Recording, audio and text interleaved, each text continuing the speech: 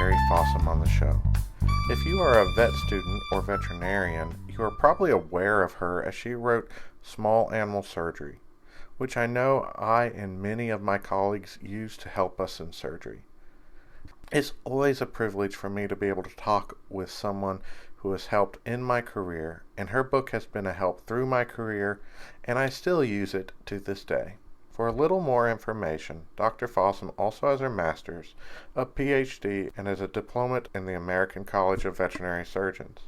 She has more than 35 years of educating veterinarians and pet owners regarding the diseases of companion animals. She has given over 1,000 invited lectures to veterinarians throughout the world and has served as a keynote speaker at some of these meetings. She has been honored with numerous awards, including Distinguished Alumni and Continuing Educator of the Year. Today we talk about some of her other accomplishments and how she is still transforming veterinary medicine through additional works. As Dr. Fossum is the CEO and founder of Dr. Fossum's Pet Care and CEO and president of Phoenix Animal Wellness. These companies are developing and commercializing safe, effective, and reliable wellness products for pets and livestock. She is also the CEO and co-founder of Veterinary Intelligence Solutions, which is developing AI solutions for veterinary medicine.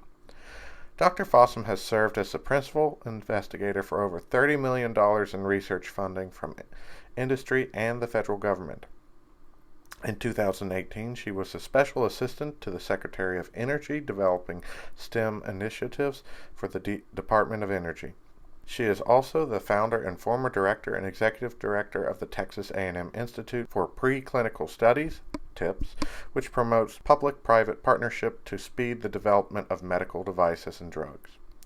In addition to her textbook, which is considered to be the Bible of veterinary surgery, Dr. Fossum has over 100 publications and numerous book chapters to her credit. One of which we will discuss today, and I plan on reading, is her book, Senior Dog's Book for Dog Owners. Please check out the links I have for information about her books, businesses, and more. I'm happy to have her on the show, and I hope everyone enjoys the interview as much as I did. Dr. Fossum, thank you for being on Vet Talk. It's really neat to get to talk to you.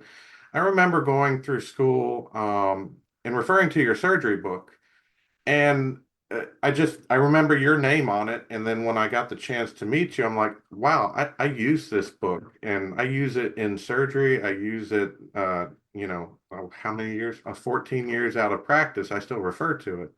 And I really think that's neat to put a face to a name. So I remember your name back when I started vet school, but what got you into vet medicine? Oh, that's a good one. First off, thank you for having me, and thank you for your comments on my book. That book has been a labor of love for, 30 plus years now in my life. So in fact, I'm working on the sixth edition as we speak. That's due at the end of the year. So busy getting it updated. So veterinary medicine was pretty natural for me because I grew up, my dad owned a small feedlot and we rodeoed. I rodeoed a lot when I was growing up. So I was always around animals. Going into veterinary medicine wasn't really the tougher choice. I thought I was going to do large animal. Yeah, if you start out in the rodeo and then you're ending up writing a small animal text, that's a 180, I would say, in the vet world. Absolutely. What happened is that my senior year of school, one of my favorite professors came up to me. He's like, Terry, I know you want to do large animal. And I was sort of focused on equine at the time. So I really think you'll get a better internship in small animals. So go do one. You can do it in a private practice. And then, just see how you like that. And then you can go on and you can do your large animal down the road. And I did my 1 year of a small animal internship in a practice in California and got the opportunity to do surgeries that, quite honestly, I hadn't even seen in veterinary school. I didn't even know they existed. And I loved it. I honestly, I think the one that really did it is I had barely heard about portosystemic shunts when I was in school. And during my internship, our radiologist there, who's an amazing guy, Jim Ticer, He's like, "Hey, Terry, we got a portal stomach shunt in. Would you like to operate it?" And I'm like, "Me? You want me to do the surgery?" And he goes, "Yeah, well, nobody else here has done one, so you may as well." So we did that surgery. Luckily, because I know a lot of things now I didn't know then about that surgery. The dog lived. Jim actually adopted the dog, kept it forever, and that was it. I was in love with surgery from that point on. It's amazing how much we have to improve ourselves over the years. Having people who we can refer to for help is a great thing to be able to do, like your book does, and just having people who push you in the right direction too. How long have you been practicing? Now I know you started in a large animal mindset, then you went kind of small animal. Are you still practicing? What all are you into now, I guess? Oh yeah. So you're going to think I'm schizophrenic when I tell you what I'm doing now. But to answer the first question, I've been a veterinarian for 42 years, so a long time. I did surgery for most of my career. I worked at a university in academics, did surgery, taught students, loved every day of it. Because of my book has been translated into dozens of languages at this point, I get invited to travel and speak internationally a lot. Yeah, yeah. So that is wonderful. But I'll be really honest, I reached a point about 10 years ago where I went, I love what I'm doing. I love doing surgery, Mhm. but I think I can help more animals by starting a company. Mm. And part of what really drove me to that is I had an old dog, Dan, my love of my life Labrador, that was aging and was starting to show we knew he was going to have trouble. He was diagnosed with elbow dysplasia Mhm. when he was young. So Yeah. we knew he was going to have trouble, but as he got older, he had really bad osteoarthritis and he had some chronic kidney disease. And so I was looking for something that was going to help my own dog and decided that was when CBD was really coming Mhm. on board and people were getting interested in it. And so I started doing a really deep dive into what do we know about it? How do we know that it really works? What's out there? And one thing I found was that 70% of the veterinary CBD products that were on the market were incorrectly labeled. Okay. Um, some very fraudulently, to Yeah. be honest, and some that could actually hurt animals. So dogs are very sensitive to THC Uh-huh. compared to people. Yeah. And I have a company called Dr. Fossum's Pet Care, and we sell CBD products. But what we have done is we've taken all the THC out so Okay. that if a dog were to get into, which actually my dog did, I have a younger Labrador, we had chews, and apparently they were pretty tasty because my dog got the lid off and ate the entire jar of chews and had no problem. He vomited like an hour later, and that was it. But Yeah. had there been THC in it, it would have been a different story. Yeah. So, a lot of the products, not just did they have THC and not claim it on the label, but a lot of them didn't even have CBD in them. Hmm. Like they had hemp seed oil, which doesn't contain any cannabinoids and is not going to do anything for your dog. And that's what people were spending money on. The Yeah. other thing that really irritated me is I started seeing, all these human CBD companies that had jumped into the pet space. And literally, it seemed like they slapped a label on their product for pets, but never given any thought to how you dose a dog. Not thinking that we do 2-pound dogs and 150-pound dogs routinely, and they don't do that in human medicine.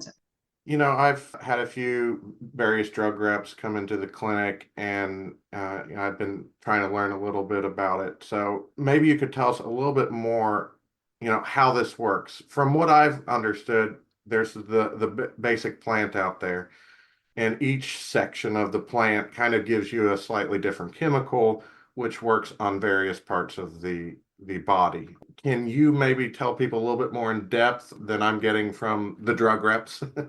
Yeah, so what they're telling you is partially true, and I say partially incorrect, actually. So there's the plant, the cannabis sativa plant, Yeah. right? And that plant has different parts in it. It has 140 different cannabinoids. THC is one of them. CBD is one of them. CBG, CBN, CBA, you name it, CBDA. I mean, there's acid forms, there's all kinds of different forms. And so what we have found is that some cannabinoids might be better for a certain indication and a different cannabinoid is better for another. The one that has been studied for the most part in veterinary medicine is CBD. Yeah. But our product has CBD, CBG, and CBN. The reason we combined those cannabinoids is that there was evidence that CBD and CBG were synergistic for neuropathic pain. Okay. So that's, that was important to me. But it's not different parts of the plant necessarily. It's just these different cannabinoids, and it's how much you extract to get rid of some of the properties, right? So what you've probably heard are terms out there like full spectrum, broad spectrum, and isolate. Yeah. Right? So what we mean, full spectrum means that it's got all the cannabinoids and the terpenes, plant material, including THC in it. Now, if you go to a broad spectrum product, it means that it's still got cannabinoids, terpenes, but the THC has been removed. Yeah. And then if you wanted to extract it down even more, you could get it down to the isolate, would be nothing but 99.99% CBD or CBG, whichever you want to isolate down to. And that's, if you look at the human, what's been approved by the FDA for humans, it's these isolates. Yeah. And they're very expensive. They were approved for some seizure disorders in children, but they are very expensive. And my issue with those, so those are FDA approved. My issue with them in dogs is that if you look at the pharmacokinetics, the isolates are like a bell-shaped curve.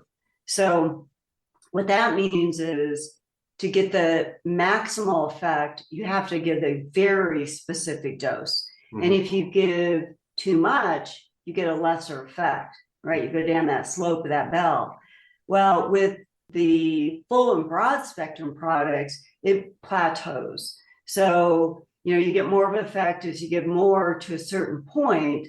And then once you reach that point, if you give more, you don't get a lesser effect. Yeah. Effect, but you don't get a lesser effect. Yeah. And we don't know how to dose every dog. We think every dog is probably a little different. I would recommend that we stay with broad spectrum products. Okay. Yeah. Now, I was kind of looking around your site. You've got it looks like a few different options on there. What option, and I think it's drfossums.com is your site, and you have some educational stuff, which I thought was helpful, especially for people who maybe want to learn a little bit about it. What are some of the drugs that you are working with on there, and what do they kind of treat for? Sure. So I'm going to back up. So it's drfossums.com. So if anybody's trying to look for the site. And I did want to point out your comment about education, because we do have some webinars on our site for veterinarians that want to learn about CBD, or we have one for canine cognitive dysfunction. So you asked about products that we have. What we've done is we've really looked for natural products that fit what is an unfilled medical niche for us. And so, like I said, we started with mobility issues, particularly for dogs that couldn't tolerate nonsteroidals. I wanted CBD to be another option. And there actually is some good studies out there now on CBD and mobility. Mhm. Also, good studies out there on CBD and seizures, but I think you need a higher dose for Yeah. seizures than you do for mobility. So throwing that out there. The second product that we took on after CBD was we wanted to do something for canine cognitive dysfunction. Mhm. So, affects a huge number of dogs as they get older. Yeah. And one of the problems, and I saw this in my own dog, is that they become confused. They'll stand in a corner, they'll forget how to go outside. So dogs that normally would, have been horribly embarrassed to have an accident in the home now have accidents because they don't know where the door is, Yeah. or their sleep wake cycle reverses and they start walking around and vocalizing at night and keeping their owners awake. Yeah. And owners come in and ask about those things. And I feel like our repertoire for helping that is minimal before some of this stuff. It's so true. It's so hard. And I think owners have suffered greatly with that. So we came out, what we did is let's take a holistic approach to this. And I talked with a friend of mine who knows a lot about Chinese herbs, Dr. Curtis Dewey. You may know his name. He's a well-known neurologist / neurosurgeon. And he said, what would you put into a product if we want to help with brain health in dogs? And so what we ended up doing was combining Chinese herbs Mhm. with some traditional Western products, all of which have shown to benefit brain health. And then we went a step further. And, these are too many ingredients for an owner to ever put together. Yeah. So we put them together in a tablet and then did a small study where we looked at cognitive dysfunction and how these dogs were doing according to their owners and the veterinarian, and we saw that 38% improvement within a month. And that makes me feel really good too, because other reps have come through, they've told me that safety studies have been done, but they were never able to give an efficacy study. Hey, this is working. And I'm like, well, like I believe your stories. There was a salve once. I tried it on my arm. My arm felt better.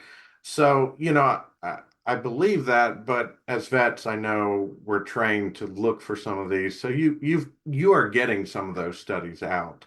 Thank you for saying that. So, people that listen to this may not realize that supplements truly actually don't exist in veterinary medicine. Yeah. That's a human term. We use supplements, nutraceuticals in veterinary medicine, but they don't really exist. So what does that mean? Well, that means that they're not regulated. Yeah. And by that, I mean, there's nobody overlooking people's shoulders, which is why they get away with saying things are in their products or saying things are not in their products when they really are. And you're right, they tend, sometimes they don't even do safety studies, frankly, but typically they'll do safety and not efficacy. So we like to think, and we're a very small company, but we like to think that we're a supplement company that is science-backed. Mhm. So we always try to put some science behind our products where it makes sense. Not to the level of going through the FDA, because that's a $6 to $10 million endeavor, and we don't have that kind of money.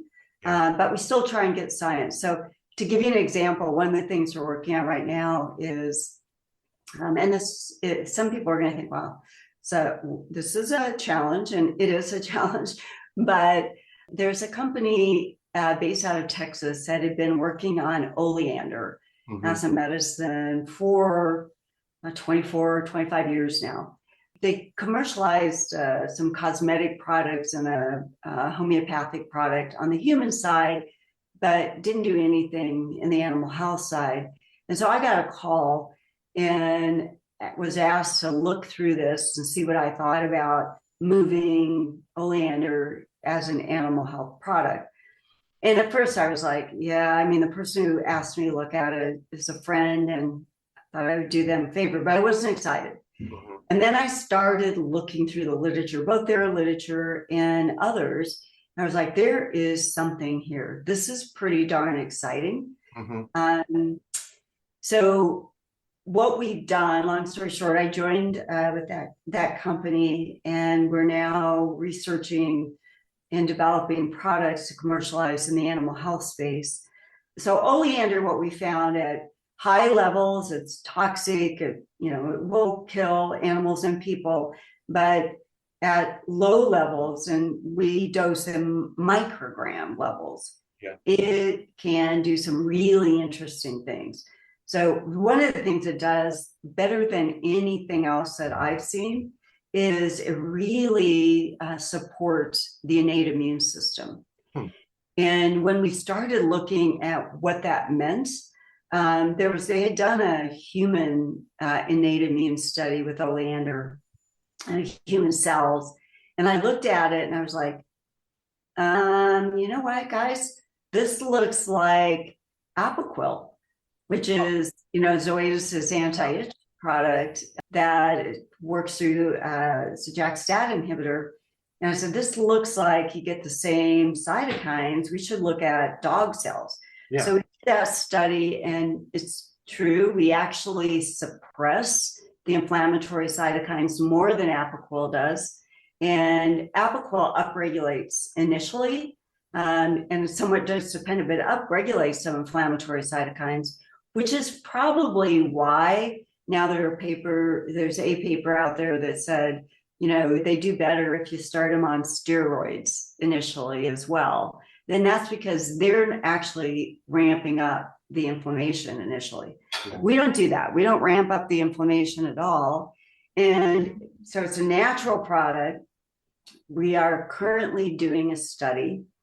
It's a double-blinded, randomized, placebo-controlled study. So I don't know, can't give you any idea of results yet.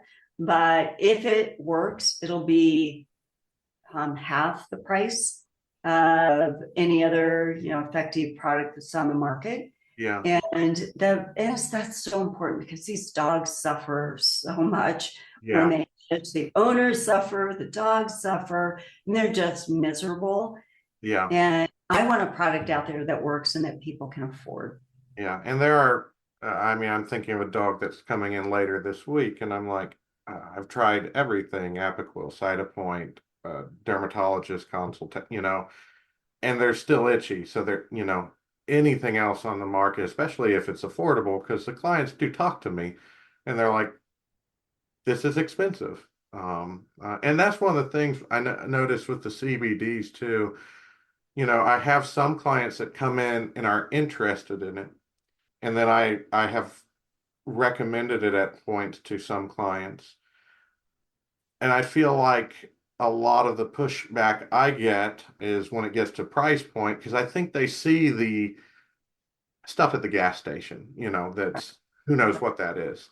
And then they're like, oh, it's going to be $5. And I'm like, well, I'm getting you something that works. Have, just kind of from someone practicing, have you seen an effective approach to try to, help people understand some of those benefits?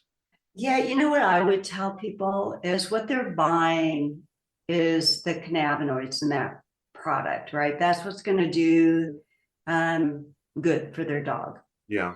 So what they need to do is look at the amount of cannabinoids and determine how much they're paying for those cannabinoids on a milligram basis. Yeah. And what you'll find is that you can pick up a product that has a total of 150 milligrams of cannabinoids in the whole bottle. Mm-hmm. Well, the dose for osteoarthritis is 2 milligrams per kilogram. Mm-hmm. So you're going to have to give, you have a big dog, you'll get that entire bottle as a single dose, yeah. Right? So people don't realize that they need to be looking at how much are they paying per milligram. So the more expensive products usually have a lot more cannabinoid in them. And so they get less. Yeah, and I feel like a lot of these people are getting the $5 bottles and it's lasting months for their 100-pound dog. And I'm like, I'm not sure where to start sometimes with this. They're not given anything at all.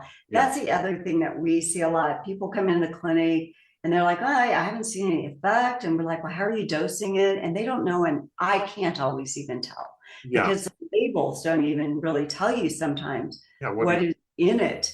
So it was impossible to tell how to dose it. So yeah, that's a real problem, but I suspect that most people, and it's not a cure-all, it's not going to help every dog, but I suspect that a lot of people that don't see a benefit from CBD are not dosing it correctly.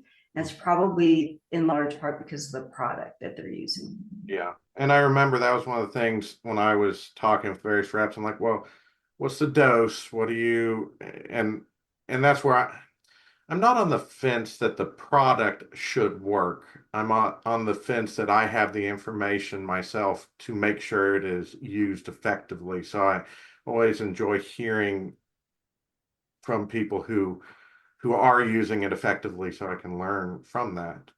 Yeah, what we recommend is 2 mg per kg twice a day initially, and then every dog, and I'll tell you, we cannot tell people to give it with food because then it would be a food additive and it's not regulated as a Oh, food additive.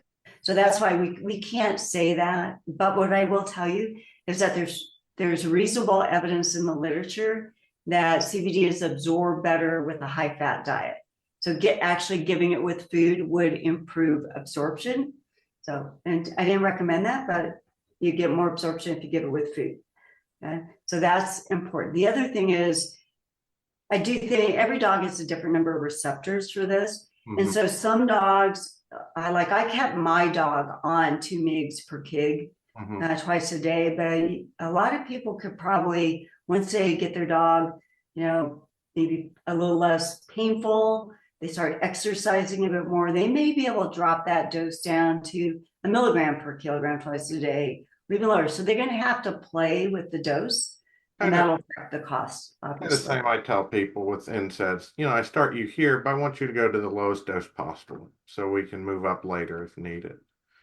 Uh, That's the other thing, Nathan, I've seen. There are some reports out there now of dogs with maladaptive pain that were responding to anything, including any of the non-steroidals, that when they added CBD in, they were able to decrease the amount of non-steroidal or other pain medication they were giving pretty significantly, and in yeah, some cases eliminated. So I don't think it's not a either or yeah, non-steroidal CBD. They can be combined, and to the benefit of dogs, because we all know non-steroidals are really hard on dogs. So the lower the dose you can give, the better.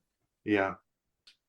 I'm going to semi jump back a little bit. How did you get to the point where you wrote a textbook? Yeah, I don't think many veterinarians kind of jump into vet medicine for that. How did you get there? Well, I certainly didn't jump into veterinary medicine to write a book. I had no idea I would ever do that when I decided to become a veterinarian. But let's back up and make sure that your listeners know sort of what the career is, Mhm. for maybe somebody with my credentials. So I did 3 years of undergrad, got into vet school, and then finished my 4th year as my first year of veterinary school. Did 4 years of veterinary school. I went to California and did a year of internship, and then I went to the Ohio State University and did a 3 year surgical residency. And then I went to Texas A&M and got a PhD in immunology.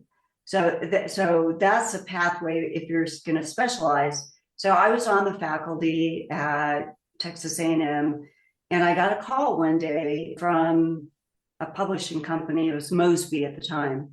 And they said, "We got your name and we're wondering if you would like to do a surgery book." And I was like, "What? Uh, no, I had no interest in writing a book." But then they did the thing that's always going to get surgeons, is they said, "Well, think about it, but we'll let you do whatever you want." I'm like, "Oh." So, at the time, the books that were out there were, thousands of authors, everybody, different author for every chapter. Everybody just submitted whatever artwork they already had because you never got a budget for artwork. Yeah. If you happen to have an illustration, you use it. If you didn't use it, put one in. Yeah. And so I went back to them and I said, okay, I want this to be color. Yeah. So it's going to cost you a lot more to publish it.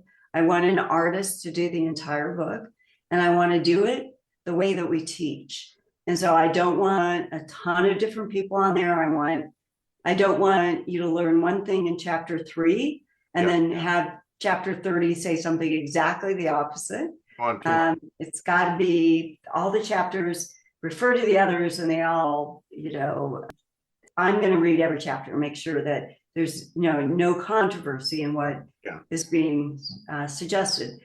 And they said yes. And that was why I did the book. Shocking to me, but I knew exactly what I wanted when I started the first edition. So That's awesome. Yeah, and I guess I don't have a lot of surgical books in my mind, but I do like those pictures. That really helps put, because sometimes I'm thinking when I read the words, I'm thinking of one thing, but when the picture confirms, I'm like, wait, I need to cut a little bit more over here.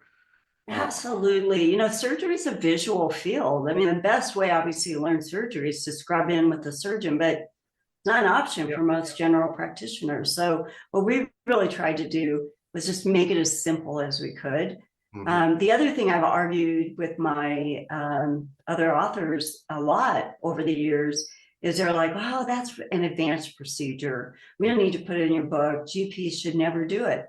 And I'm like, but if we don't put the information Mhm. about that surgery in this book, then how are they going to know whether they should do it or not? Yeah. Or how would they even talk to their clients about the referral? Like, I want to refer you for this surgery that I don't know anything about. Yeah.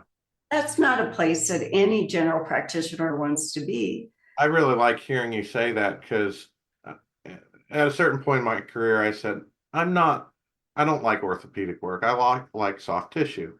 So, I pretty much, if I can't splint it, I'm referring it. I like knowing what is going to happen so I can tell my clients, this is what you can expect. Talk to the surgeon. They may have a little different opinion or do it a little differently, but I think it helps the clients know what they're going to, and I know when I need to refer and when not.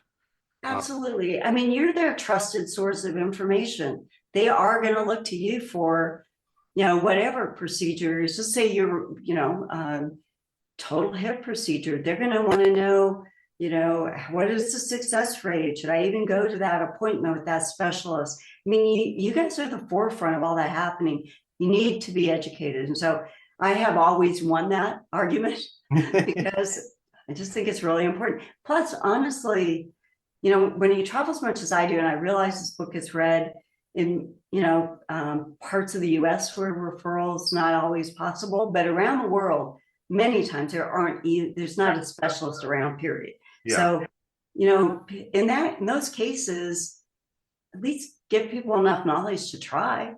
And that was something I graduated in 2010. I started my own practice. I don't know that I recommend that, but I had some good mentors that helped me.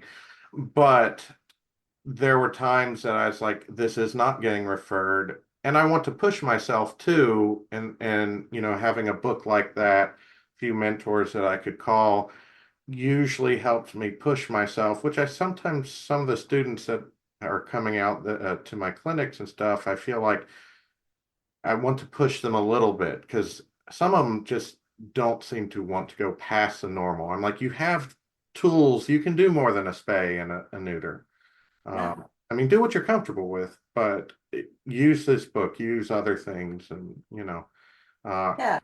And what about that situation? I know you've had this where they say, okay, I thank you for recommending the referral doc, but I just can't afford it. Could you just do your best? Do whatever you can do your best. yeah, That'll be fine. yeah. You guys hear that every day. And that's something that, I don't want to, I know my limits, but I don't want to not be able to help someone if I can. Uh, Exactly. so, Exactly. kind of looking back over your career a little bit, is there a surgery?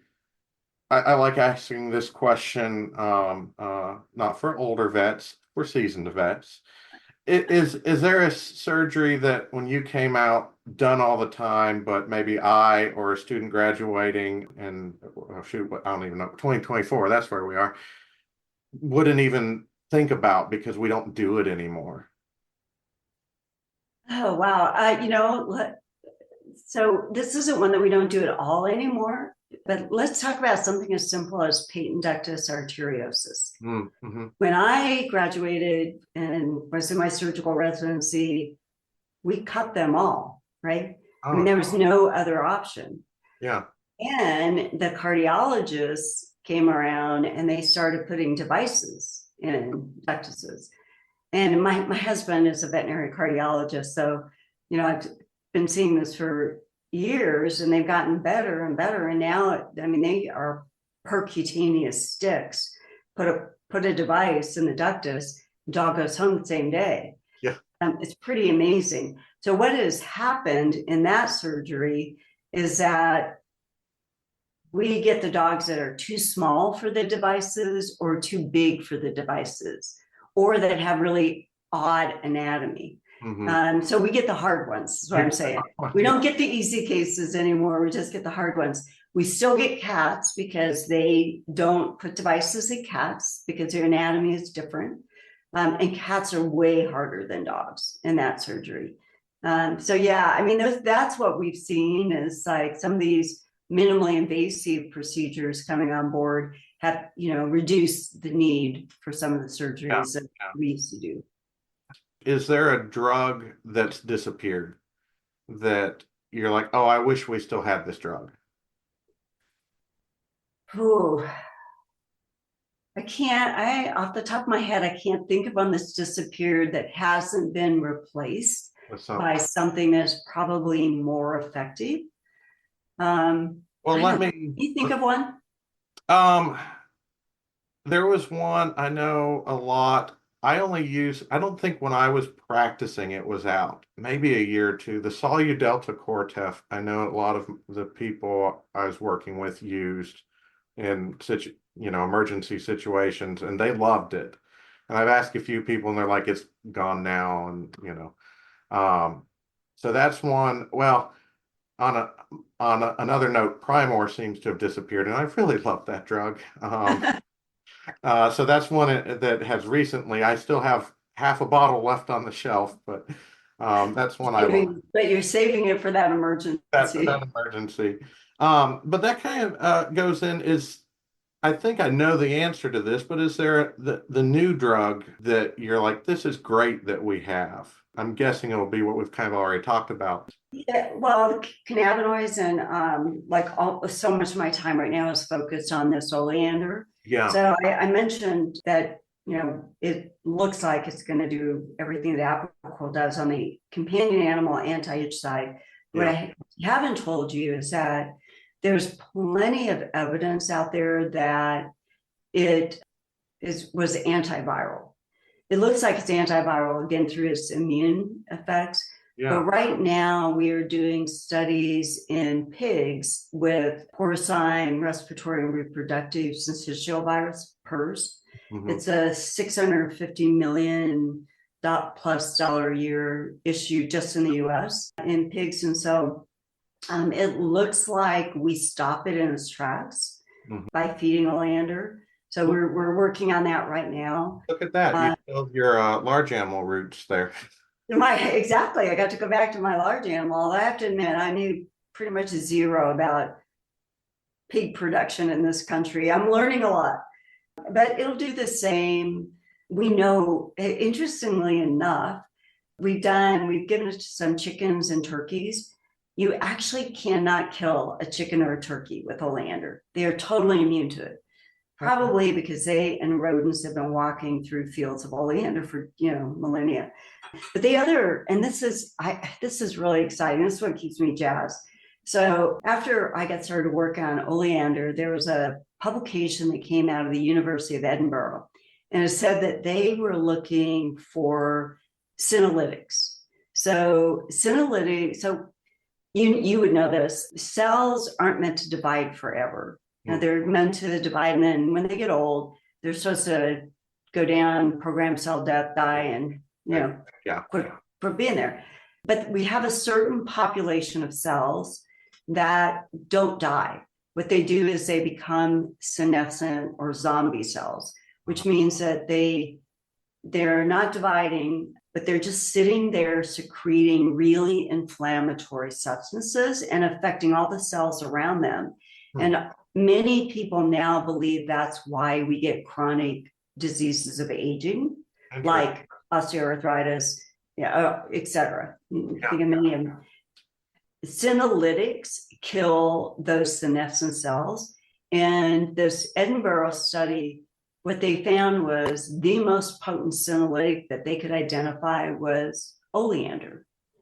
So where that plays in is not just for its anti-aging, but the other thing, and this is just something I believe it needs to be, if I had the money, I would prove it, because I think could be amazing. But say that dog with osteosarcoma that comes in, you radiograph their lungs, the lungs are clean, amputate the leg. Yeah. Months later, they have a snowstorm of mets in their lungs, and you end up putting them to sleep. I believe that those mets are those senescent cells that are circulating. So when you give chemotherapy, you drive cells into senescence. And then those cells are no longer going to be killed by that chemotherapeutic. I think if we could add oleander and kill those senescent cells, along with standard care, so not as sole therapy, but as standard care plus, I think we might prevent those mets. And I think that would stand true for more than just osteosarcoma, for other cancers as well. Oh, yeah. But, if I had $5 million, I'd prove it. Actually, if I had 300,000, I'd prove it. Wow. I would help out if I could, but I don't have to.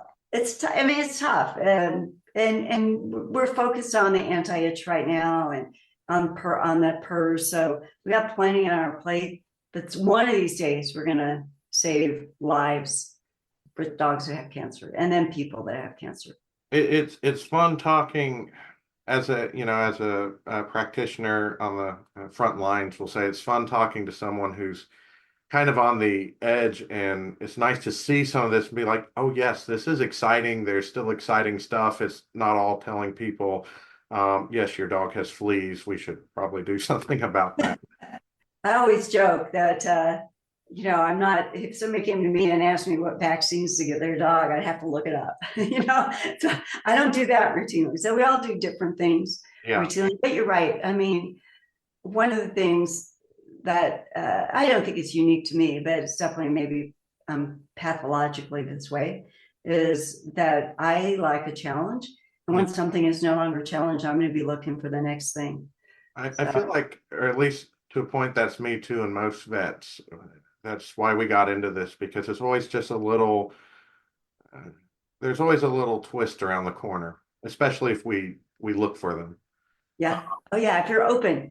Yeah. If you're open to getting out of your comfort zone, I always say.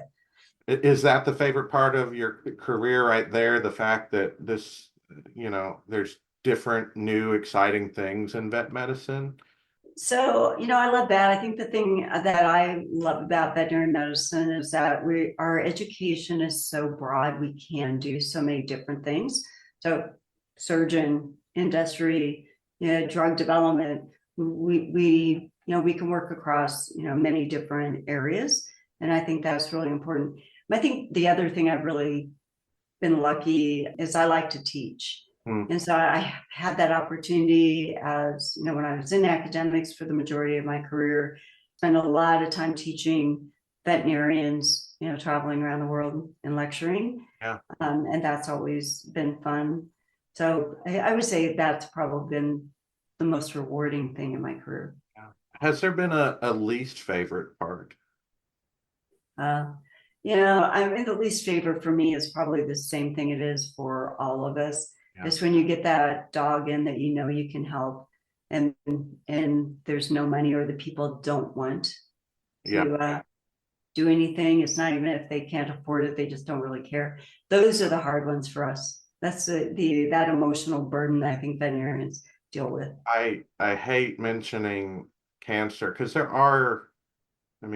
we can't cure all cancer, But there are things we can do for certain, and I see so many clients shut down when I say, yes, this is a cancer. And I'm like, but I always follow, but we can attempt this and but so many clients they just shut down, and that's disheartening for me when I know there's options and such. Yeah, and I think people don't realize they hear the word chemotherapy and they think, oh, I'm going to be sick, and my dog's going to be nauseous, vomiting all the time, going to lose hair. How weird's that going to look? None of those things happen. Dogs deal with chemotherapeutics so much better Yeah. than people do. So, yeah, it's hard. One of the things I was thinking about that was making me laugh, and I don't know why I was thinking about this the other night, but I have two sons, and they're both physicians. So neither, followed in their parents' footsteps, except the medicine part, I guess. Um, but I was thinking about how many times I used to work down at the Texas Medical Center a lot, and how many times I would run into physicians who are like, dogs get cancer? Oh gosh. Really? Hogs get heart disease? Really? Oh wow. No, really? These are just blowing my mind here. That's interesting. I think a lot of vet students listen to this. Do you have any warnings to them or advice how to keep their work-life balance, or don't make these mistakes going through career? Which I ask this and I tell my students this, and I'm sure they do exactly what I did when my mentors told me. I promptly ignored it so I could make those same mistakes myself. But um, Well, something that yeah, feel like would be good for people to hear, especially young vets. yeah. And I don't even think it's mistakes necessarily. I mean, I do think to a certain extent we all have to find our own path. Yeah. Um, so balance in veterinary medicine, particularly important for women.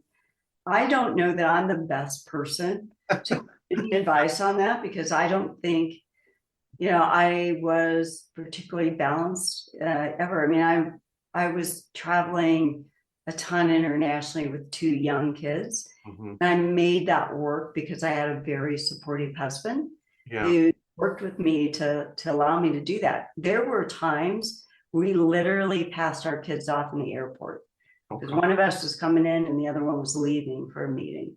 But we made it work, and our kids are great kids. So there was no permanent harm there. But I do think balance is more important, or they talk more about to the younger generation. And I don't think that's a bad thing. I think balance is important, and veterinarians are burnout, and we have to figure out how to help with that. Yeah. Yeah. And I think balance can be different at each point in your life too. Uh, Oh, and, because 10 years ago, I was much happier seeing emergencies at midnight than, 14 years in or whatever stuff. So, absolutely, it changes. And I think, things are going to get better for veterinarians, I think, because, that couple of hours every night you spend doing your medical records, that's going to get reduced with technology. It already is. We're already seeing AI written records yeah. being done. And I suspect that will take off much more in veterinary medicine than human, just because of malpractice, et cetera.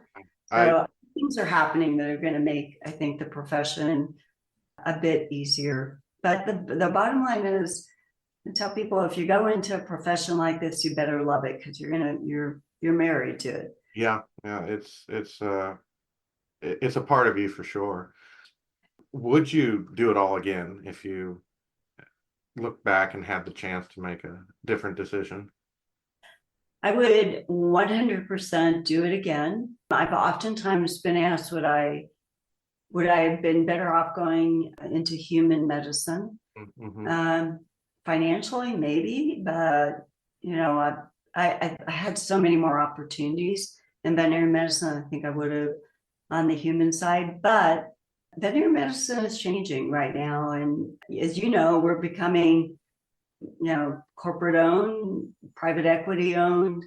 Not the people making decisions about prices are no longer veterinarians. In many cases, it's people who are business people. And we all see what's happening. That prices going up, people not being able to afford, complaints. I don't know where that's going to land. That worries me. Mhm. As far as our profession, I'm sure it worries you as well.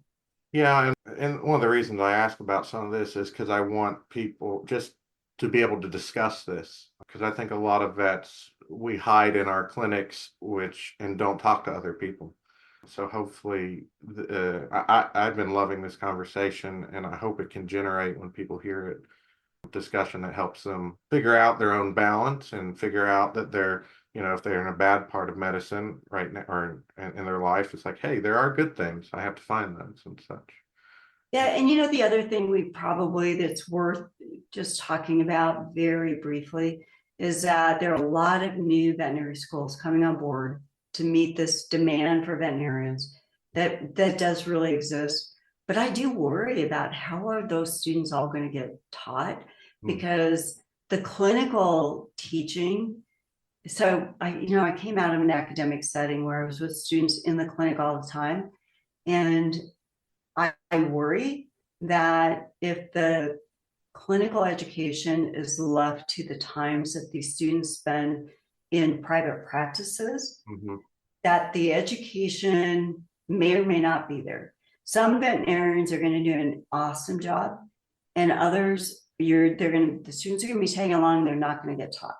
Yeah. And so there aren't enough specialists to go around Yeah. to have them teach in all these new schools. So they're going to have to be distributed model. Yeah. And, I worry about the education that some of these students are going to be getting. So that is one thing I would caution is, check out the school, make sure, that it's a school that you're going to be able to pass your boards. Yeah. Make sure it'll fit your learning style. Because I think my grandma had the best advice about school ever. She said, if you are dedicated, you're going to do good wherever you are. But there are some schools I think that will not help. I'm not saying these people would be bad vets, but they might need a different educational style. And I think people going in should be aware of that. Yeah, Uh, and, totally. and hopefully aware of that before you get accepted to a specific school. Yeah. Yeah. You mentioned the veterinary shortage. What are your thoughts on that? Because I know that's kind of the hot topic of veterinary medicine now. Yeah, it's a veterinary shortage, and it's do we have veterinary nurses that are more like physician assistants? Mm-hmm. A lot of talk about that in the profession right now. Yeah. And I guess I don't know the answer. I worry that we might be heading towards an overabundance of veterinarians with Mm-hmm. 11 new schools opening up. But there are so many things that affect that. I'm no expert, so I don't know. It concerns me. Yeah. I don't know. I'm educated enough on the topic to really speak to it. But And it's so broad too, because I know I talk with my students or other vets. I've had a few episodes on the podcast coming out, and I'm like, is there really a shortage? Mostly talking about large animal vets because people aren't calling me. But I'm in a rural area. Do they have fun? It's a very large picture. So, we can all address a certain issue, but this is very broad as well. So, yeah, I always like asking that one because, again, that's something I think we all need to talk about I totally agree. The profession needs to talk about it. and do something about it too. Sometimes I think the academic in us comes out and we just talk. Yes. Now, did you mentioned AI as well before? Is that something? I thought I read something in a bio. Are you doing something with AI as well, or is that something I misread? No, you did read that right. So probably actually before AI was being really talked about, Yeah. I was working with a colleague of mine who has a big practice in California on trying to come up with really a better way to do our medical records, Mm-hmm. so that people weren't spending a couple hours at night Yeah. writing their records. And it was really structured voice to text and all that. And we'd put some money into a company. We were moving along. We hired really an expert in the arena. And then generative AI popped on the scene and it was like, shut it down. There was no point in moving forward. These big companies have generative AI wrapped up and Yeah. they were already doing what we wanted to do. We just didn't know it. So yeah, that was one of those where we thought we had the vision and we actually did. We just didn't move on it fast enough. Yeah. And maybe that was a good thing because we still might have been derailed by Yeah. generative AI pop to set up. You can work on other things too. So Yeah, there's plenty. yeah, like you said, there's a lot of aspects in veterinary medicine to jump into and stuff. Do you have anything else specifically you want to mention, bring up? Gosh, I think we've talked about. I think I saw that Sean. No, the only thing I'd say is, the cutting edge vet. If I were to hop in, Dr. Fossum has kind of spent her entire career educating veterinarians. And now that we're on the pet supplement side as well, it's quite helpful to not only recommend, like, help educate veterinarians, and we have free continuing education credits, but also we have a senior dogs book out to help educate pet owners as well, and content on the cuttingedgevet.com. So if anybody's looking for more pet owner specific content, it's a great place to go. This is just senior dogs maximizing time with your best friend. The reason I'm showing it to you is this is my dog. This is Dan, my Labrador that I lost. But we've got really the 5 top diseases of old dogs, and one of them is osteoarthritis, and it goes through. And really, at Sean's pushing, one of the things that we did, what would I do if this were my dog? Yeah. And so I went through what I did with Dan when he had osteoarthritis, and what I would have should have done for his dental disease and stuff. So it can be of some benefit, I think. I feel like that could be a very beneficial book to read through, because we're getting more and more senior dogs because we're taking better care of them, and what do we do with them as they get older? Yeah. So yeah. And the last part about the book that I think is really cool is we, at the end of each chapter, we have a survey that is meant for a pet owner. And there's a QR code that you scan, takes you to our website. You can basically track your dog's progress over time. Okay. So if your dog has osteoarthritis, for example, basically, because you know how this stuff goes, it's not always just a linear curve that we're dealing with here of decline or progress. It kind of jumps off. It can really kind of fall off a cliff at some point. So, and for pet owners, it's really hard to think about where your dog is at on the spectrum, and that's for every topic that we're talking about in the book. So that's another really helpful one. Let me ask one last question to kind of close us off here, because I imagine a lot of people have thanked you and would thank you for not only the small animal surgery book, but the new book you just showed us. Is there anyone you want to thank for where you got in your life and everything? That is a great question. There are so many mentors along the pathway when you've had a long career of people to thank. I mean, some of my professors, I told you that's the reason I did a small animal internship, was Dr. Jim Miller. That is just an amazing guy. I got trained by some of the best people. Dr. Stephen Burchard, amazing teacher. I worked with and really got into cardiac stuff because I worked with Dr. Michael DeBakey, who was a close friend of mine when he was alive. There's just many. I'm a people person. I like people, and I maintain my networks when I can. So I've been very fortunate to have some excellent mentors in my career, and I'm grateful for each and every one of them. Well, I'm glad they took the time to mentor you. And, I know you weren't scrubbing in with surgery with me, but still there's a lot of ways you mentored me and many of my classmates. So I appreciate that very much. And again, thank you for being on the show. I just love this conversation. You just have tons of lovely information. So,